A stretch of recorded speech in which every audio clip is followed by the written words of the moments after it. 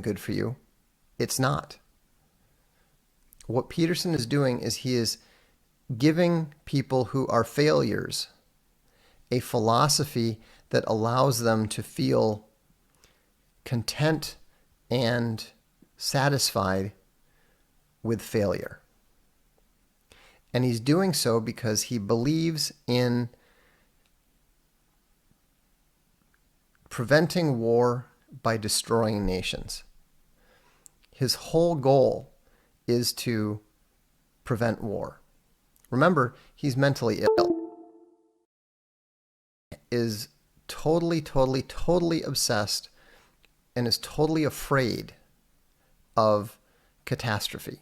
He's totally afraid of war and other tribulations of the sort that are coming. You know, we publish There Will Be War. And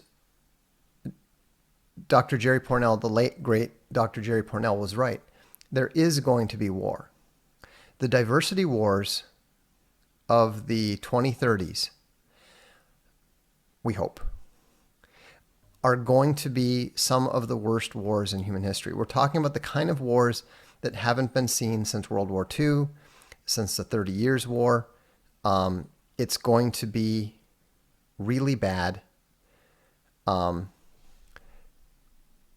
so it's just something that we're going to have to deal with.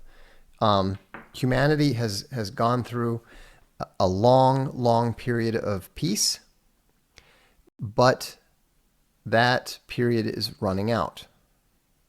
So I'm far from the only person who sees this. I'm far from the only person who understands this. Many military historians know.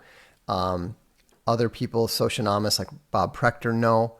And that's what's coming. And so Peterson lives a philosophy of fear and suffering. And he's terrified by this. And so he's desperate to try to come up with a way to prevent it. But as people often do, they turn to the very things that, they help create the very things that they fear. Now, these things are coming whether Jordan Peterson ever opened his mouth in public or not. It has nothing to do with him. It has nothing to do with me. It doesn't even have anything to do with like the George Soroses and stuff.